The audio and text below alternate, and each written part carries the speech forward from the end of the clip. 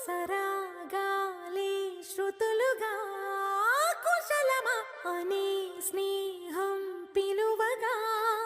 కిలకిల సమీపించే సడులతో విత్తనం మట్టిలో ఉండగానే చీమలు ఇతర జీవులు వాటిని తినేయాలని చూస్తాయి.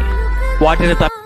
కులకురాక పుట్టబొమ్మ గుబులు గుండని వనములేచి వద్దకొచ్చి నిద్ర పుచ్చని జామురాతిరి జాబిలమ్మ